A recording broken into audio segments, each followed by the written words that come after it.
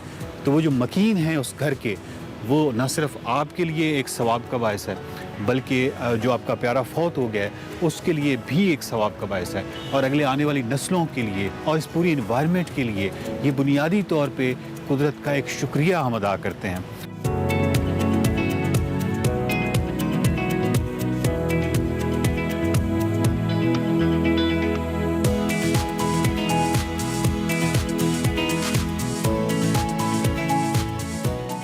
हमारी कोशिश होनी चाहिए कि जितना मकामी दरख्त है या मकामी पौधे हैं या मकामी जो हमारे यहाँ